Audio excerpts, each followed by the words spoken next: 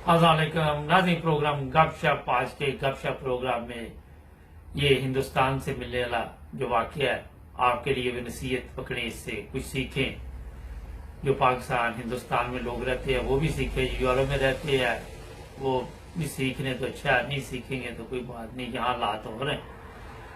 ये जनाब एक मोहतरमा है, इनका कहना है कि बड़ी अच्छी जिंदगी चल रही थी, मियाँ बीवी, एक बेटा और अमीर लोग थे हम। कभी सोचा भी नहीं था कि जिंदगी में कोई ऐसी क़यामत भी आएगी कि कितनी भी दौलत होगी सामने मगर उसका फायदा कोई नहीं होगा। इस तरह जनाब एक मासी हमारे घर में आती थी और वो घर के काम वगैरह करती थी, सुबह आती थी, शाम को चली जाती थी। एक दिन क्या हुआ कि मैंने देखा कि मासी के साथ एक लड़की भी आई। मैं भला उसको जानती थी क्योंकि मासी अक्सर जिक्र करती थी कि मेरी बेटी भी एक है, तो वो अपना साथ माँ के मदद करने के लिए आई और वो करती थी मदद।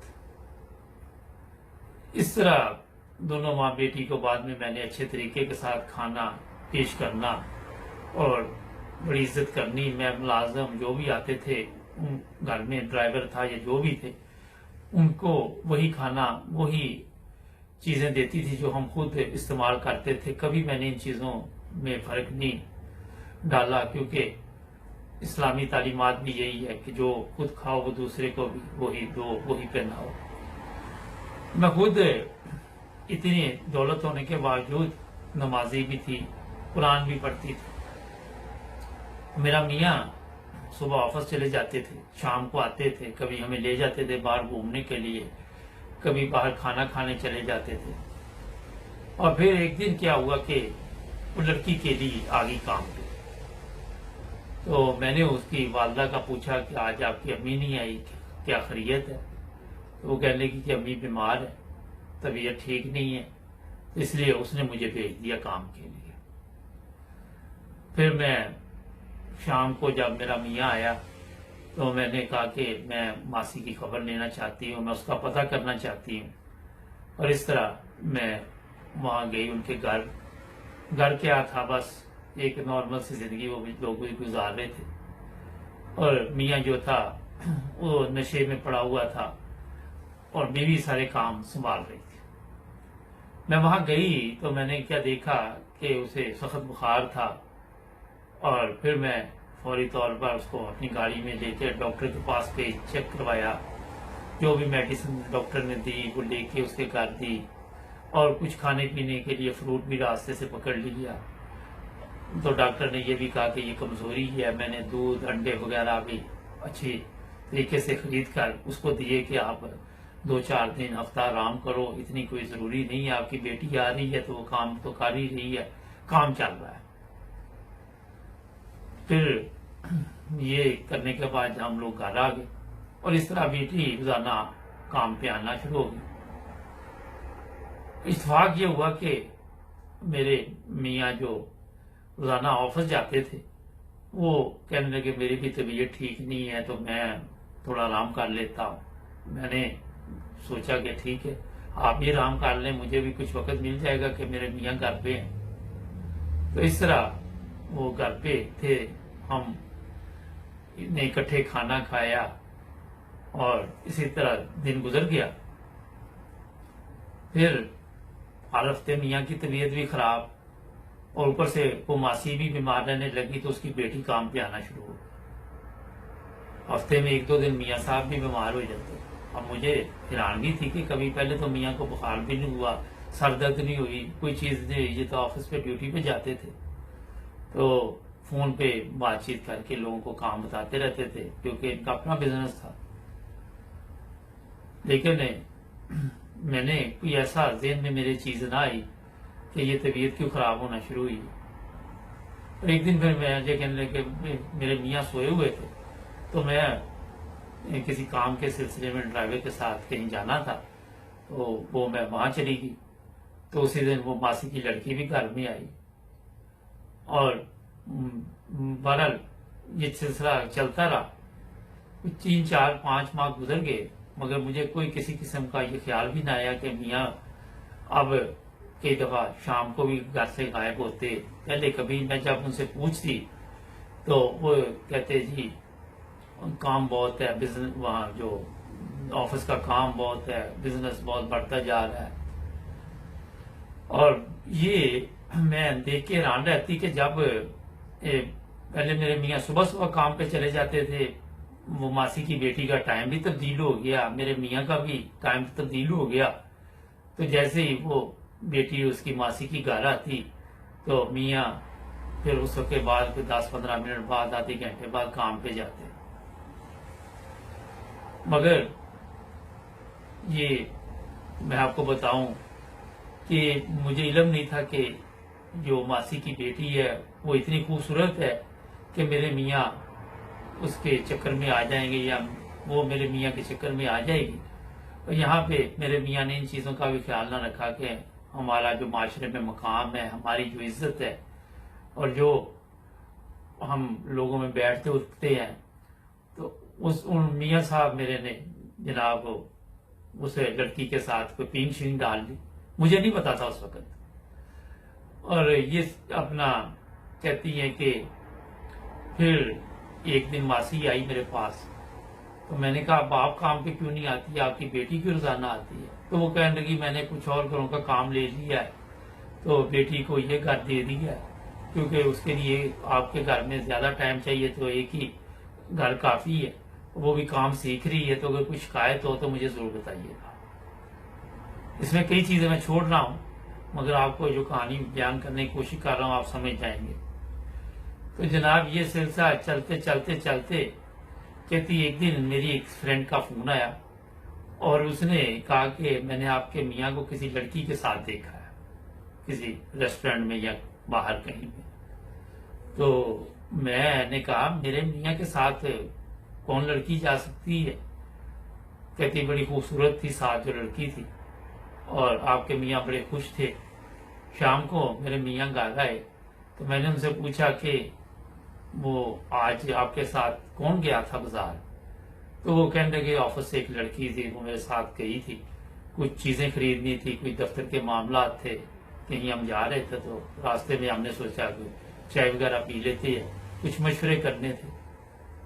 तो ये जनाब अली कहती मैं मुतमिन तो ना हुई, मगर मेरे दिल में एक चीज जरूर परेशान करने लगी कि पहले तो कभी किसी सहेली का फोन नहीं आया, कभी इस तरह का मामला नहीं हुआ कि मेरे मियाँ जो अपनी सेक्रेटरी या जो भी आपस में लड़कियां काम करती हैं उनके साथ कहीं बाहर जाएं और फिर चाय का वक्त हो जाए, चाय पिए, खाना खाएं। तो इस तरह कहती मैंने एक दिन सोचा कि उनके ऑफिस जाती हूँ या वहां पे जाके मैं पता करती हूँ। कहती कि मैं ऑफिस गई तो वहां पे अपना देखा तो मियाँ आया ही नहीं था। मैंने उनसे पूछा तो कहने लगे वो तो रोजाना बहुत कम टाइम के लिए यहाँ आते हैं और ज्यादा बाहर ही रहते हैं। तो मैं हैरान थी कि ये क्या मामला है। वो तो कहते मैं घर से ऑफिस जाता हूँ, क्योंकि जो हमारे घर में लड़की थी वो 3 4 घंटे में अपना काम खत्म कर लेती थी और वो घर चली जाती थी। तो मैंने अपने मियाँ को फोन वगैरह किया तो उन्होंने फोन ही नहीं उठाया, मोबाइल उठाया ही नहीं। मैंने बड़ी कोशिश की, फिर मैं घर आ गई, मैं सारा दिन परेशान रही। शाम को वो जब आए घर तो मैंने पूछा कि मैं आपके ऑफिस गई थी, आज आप ऑफिस में नहीं थे? तो वो कहने लगे कि मैं बाहर काम के सिलसिले में होता हूँ, हर चीज अब ऑफिस वालों को तो नहीं बतानी होती कि हमारे बिजनेस कहाँ तक फैले हुए हैं। हम लोग क्योंकि कई चीजें राज में भी रखते हैं, इनकम टैक्स के मामला आते हैं, ये है वो है। उन्होंने मुझे कहानी फिट करके सुना दी और ये कहानी सुनाने के बाद उन्होंने समझा मैं मुतमिन हो गई हूँ, मगर मैं परेशान रही और सोच में पड़ी रही कि ये मामला क्या है। नाज़रीन एक ब्रेक का कहा जा रहा है, थोड़ी लंबी कहानी है मगर काम की है, सुन लो, शायद आपके भी किसी काम आ जाए। ब्रेक ले लेते हैं जी नाज़रीन। फिर मैं एक दिन सोचा कि मैं ऑफिस के बाहर देखूंगी कि मेरे मियाँ जाते कहाँ पे। तो जैसे ही मेरे मियाँ घर से निकले मैंने ड्राइवर को साथ लिया और उनकी गाड़ी का पीछा करते करते देखा तो वो ऑफिस में ही पहुंच गया। अब ड्राइवर गाड़ी में बैठा रहा और मैं आप बाहर बैठी रही और इंतजार करती रही कि ये कब यहाँ से निकले और जो कार्रवाई ये डालते हैं वो क्या कार्रवाई है। और फिर मेरे मियाँ ऑफिस से निकले ही नहीं। मैं काफी वक्त लगा रहा, बैठी रही वहां पे, मगर कुछ भी नहीं हुआ। तो मैं ऊपर गई ऑफिस में, तो वो काम कर रहे थे। मैं बड़ी हैरान कि ये ऑफिस वाले तो कहते थे रोजाना कहीं चले जाते, आज ये गई। खैर कहती मैं वापस आ गई। इसी तरह मैंने 2-3 दिन अपने मियाँ को चेक किया, वो ऑफिस में ही रहे। और मैं ड्राइवर के साथ जाती तो वहां पे मामला और होते, वो बड़े मुतमिन तरीके के साथ अपने काम में मसरूफ होते। फिर एक दिन क्या हुआ कि मैं ये सोच के कि शायद वाकई ये ठीक कह रहे हो, क्योंकि कोई मुझे चीज ऐसी महसूस नहीं हो रही। तो मामला जो मैं सोच रही हूँ वो शक है, और शक जो है वो कई घरों को बर्बाद कर देता। तो मैं फिर आराम से बैठ गया। कहती कुछ दिन बाद एक दूसरी सहेली का फोन आ गया, कह लगे कि आपके मियाँ आज बड़े खुश थे और फला जगह पे खाना खा रहे थे, हम भी वहीं पे थे, उन्होंने हमें नहीं देखा, हमने उनको देख लिया, बड़ी एक अच्छी खूबसूरत जवान सी लड़की उनके साथ। कहती फिर वही मुसीबत। मैंने फिर सोचा कि चेक करूं इनको, तो दोबारा ये चेकिंग शुरू मैंने की, मगर फिर कोई सबूत ना मिले। ड्राइवर के साथ जाऊं, वहां पे बैठ के आ जाऊं। और इस तरह मैंने अपनी वालदा से बात की, बहनों से बात की, मशवरा किया कि ये क्या मामला है, आप मेरी इसमें मदद करें, किसी न किसी तरह हेल्प करें। वो दूसरे शहरों में रहते थे, तो उन्होंने पहले तो समझाया अम्मी ने कि तुम्हें शक है, ये काम होते हैं बाहर के, अगर आपसे आपका मियाँ प्यार करता है, मोहब्बत करता है, तो आपको इस तरह शक नहीं करना चाहिए, अपना घर ना बर्बाद करो और सुकून से जिंदगी गुजारो। मगर कहती कि मेरे दिल में अब ये चीज बैठ चुकी थी कि मैं मामले की तह तक पहुंचूंगी। और इस तरह फिर मैंने एक दिन सोचा कि मैं फिर जाती हूँ ड्राइवर को लेके। तो मैं गई, जब फिर चेक किया तो वहीं पर वही मामला ठीक चल रही थी। जब वो मासी की बेटी जब आती थी घर में तो वो बड़ी खुश होती थी, चेहरे में खुशी, और दिन ब दिन उसकी सेहत भी ठीक होती जा रही थी। पहले जब वो काम पे आती थी तो 6-7 माह बाद मैंने देखा कि और उसके चेहरे पे वो रंग रूप आ रहा था। फिर कहती कि एक दिन मैं अपना कुछ चीज लेने जा रही थी तो मैंने अपने मियाँ को ड्राइवर के साथ बात करते सुना, उनको पता ही नहीं चला। तो ड्राइवर कह रहा था कि बेगम साहबा को शक हो चुका और मैं हर बार आपको इतला दे देता हूँ, मगर ये ना किसी से बेगम साहब अकेली आ जाए तो मसला बन जाए, इसलिए एहतियात करें, ये ना मेरी भी नौकरी चली जाए, मेरे लिए भी मसला पैदा हो जाए। कहती मैंने ये बातें जब सुन ली तो फिर मैं खामोश हो गई। और फिर मैंने एक दिन सोचा कि ड्राइवर को किसी काम के लिए कहीं और भेजती हूँ और खुद मैं जाके देखती हूँ कि ये मियाँ क्या करता है। मैंने रात को ही रिक्शे वाले को बोला, टैक्सी भी नहीं ली, मैंने कहा शक करेंगे। रिक्शे वाले को बोला कि मुझे सुबह इतने बजे आपने पिक करना है, जब मैं फोन करूं पास ही रहना और मुझे आपने लेके जाना है जहां मैं कहूं। इस तरह कहती मैंने अपने मियाँ का जब पीछा किया तो मियाँ साहब ऑफिस में तो गए, लेकिन कोई 3 घंटे बाद वही टाइम जिस टाइम पे मासी की बेटी छुट्टी करती थी तकरीबन उसी वक्त वो घर से निकले, वो ऑफिस से निकले। मैं भी रिक्शे वाले को उधर ही रोका हुआ था, पीछा किया तो देखा कि दोनों एक जगह पे पार्क में मिल रहे हैं। फिर वो गाड़ी में बैठी है और मियाँ उनको लेके चल पड़े। मैंने कुछ वीडियो बना ली, कुछ रिक्शे वाले से ही मदद ली कि वो कोई मेरी इसमें वीडियो बनाने में मदद दे। और फिर जनाब जब पीछा किया तो वो खाना खा रहे और दूर से मेरे जो हालात हुए मैं आपको बता नहीं सकती। तो मेरा दिल चाह रहा था कि जमीन फट जाए, मैं उसी में गर्क हो जाऊं, मगर ऐसे हो ना सका और मैं बहुत परेशान।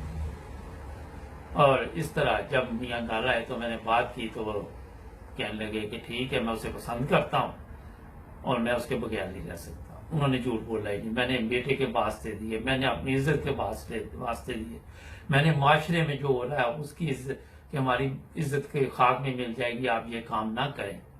मगर मेरे मियाँ ने मेरी एक बात ना सुनी। उन्होंने कहा मैं तो शादी करूंगा उसके साथ। और मैंने अपने वालिदैन को भी फ़ोन किया, उनको बताया कि आप लोग ये कहते थे, आज देखने मेरे घर में क्या हो गया। तो उनका कहना था फिर आपने अपने मियाँ पे ध्यान नहीं दिया, आप मियाँ की खिदमत नहीं करती रही, आपने कोई तो आप में कमी है जो जिसकी वजह से वो दूसरे रास्ते पे गई है। और इस तरह मेरे मियाँ ने उस मासी से शादी कर ली। शादी के बाद मैंने उनके साथ रहना सोचा, मैं नहीं रह सकती, और इसी जिदबाजी में मैंने कोर्ट में तलाक अप्लाई की कि मैं तलाक ले लेती हूँ। और इस तरह कोर्ट से मुझे हमारा फैसला जब आया तो मेरे मियाँ मेरे घर से शिफ्ट हो चुके थे। मैं और मेरा बेटा अब अपनी ज़िंदगी गुजार रहे हैं, और बेटे के लिए अखराजात या मेरे लिए वो तो नहीं देते, बेटे के ज़रूरियात पूरी करते हैं। मगर मैं जिस जहन्नम से गुजर रही हूँ, आप सोच नहीं सकते। रात दिन मेरे ज़हन में एक ही चीज़ आती है कि कहाँ पे मेरी गलती थी, कहाँ पे ये मामला जो है वो मैं अपने घर के ठीक तरह से न चला सकी। तो इस तरह ये बेचारी दुखी औरत की कहानी इसने भेजी है।